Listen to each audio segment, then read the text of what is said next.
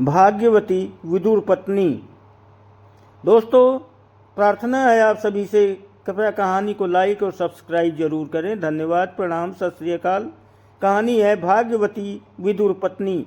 विदुर आदर्श भागवत भक्त, उच्च कोटि के साधु और स्पष्टवादी थे।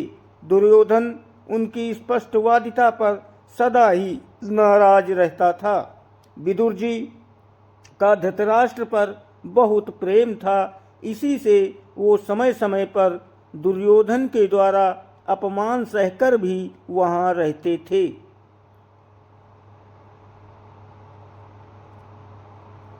इनके लिए कौरव पांडव दोनों ही समान थे, पर धर्म के मार्ग पर स्थित होने के कारण पांडव इनको विशेष प्रिय थे। ये सदा पांडवों की मंगल कामना किया करते थे।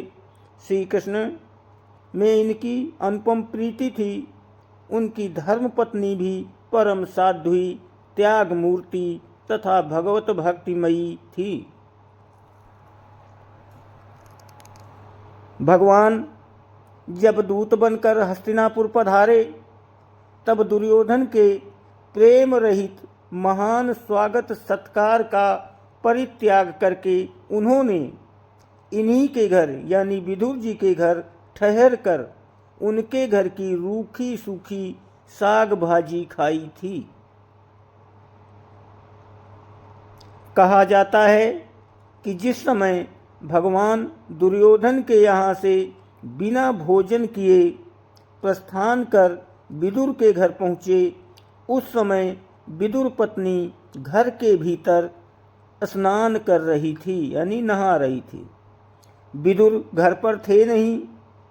परिग्रह के अभाव में यानी धन के अभाव में या स्वेच्छाकृत दरिद्रता से विदुर के घर में वस्त्रों का अत्यंत अभाव था। अतएव वो नंगी नहा रही थी। दरवाजे पर पहुंचकर भगवान श्री कृष्ण ने आवाज दी, किवाड़ खोलो, मैं कृष्ण खड़ा हूँ, मुझे बड़ी भूख लगी है। भगवान की आवाज सुनते ही ओ भक्तिमती भाग्यवती सुध बुध भूल गई और उन्मत्त सी कृष्ण के प्रेम में मतवाली होकर उस दशा में किवाड़ खोलने को दौड़ी। झट से किवाड़ खोल दिए। भगवान ने उसकी प्रेम में मस्त स्थिति समझकर उसी क्षण अपना पीताम्बर उसके शरीर पर डाल दिया। दिव्य पीतपट ने उसके समस्त शरीर को ढक लिया। तदनंतर वो प्रेमोन्मादिनी भगवान का हाथ पकड़कर भीतर ले गई। उसे बस इतना ही याद था कि मैं कृष्ण भूखा हूँ, जल्दी से जल्दी क्या खिलाऊं। अंदर ले जाकर उसने एक उल्टे पीढ़ी जो बैठने के लिए होती है, पीढ़ी पर उन्हें बैठा दिया और खिलाने के लिए केले लेकर उनके पास बैठ गई। प्रेम और प्रशंसा से मतवाली विदुर पत्नी के केले छीलकर उसका गूदा तो फेंकने लगी और छिलके भगवान को देने लगी। भगवान की तो प्रतिज्ञा ही ठहरी, पत्रम पुष्पम फलम तोयम यो मे भक्त्याम प्रेक्षति तदहम भक्त उपहर्तम अस्नामी प्रयतात्मनम। भगवान बड़े प्रेम से सराह सराह कर छिल के खाने लगे।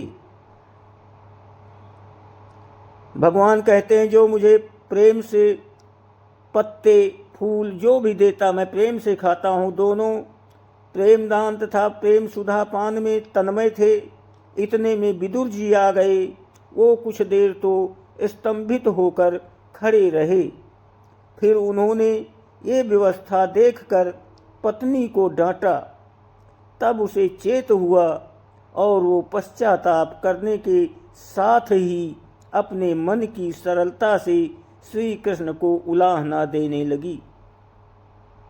हे प्रभु, मैं तो आपके प्रेम में उन्मत्त हो गई, अपना तन मन ज्ञान और शरीर तक भूल गई और आपको छिलके खाने को दिए और उन्हें कहते रहे, परंतु आपने क्यों खाए? क्या आप भी प्रेम में भूल गए थे कि आपको पता ही नहीं चला कि आप छिलके खा रहे हैं? आप तो बता देते तो मुझे होश आ जाता, यानी होश हो जाता। भगवान इस सरल वाणी पर हंस दिए। भगवान ने कहा, हे विदुर जी, आप बड़े बेमौके आए। मुझे बड़ा ही सुख मिल रहा था। मैं तो ऐसे ही भोजन के लिए सदा अतृप्त रहता हूँ। अब विदुर जी भगवान को केले का गूदा खिलाने लगे। भगवान ने कहा, विदुर जी, आपने केले तो मुझे बड़ी सावधानी से खिलाए, पर ना मालूम क्यों इनमें छिलके जैसा स्वाद नहीं आया। विदुर पत्नी के नेत्रों से प्रेम के आंसू झरझर बह रहे थे।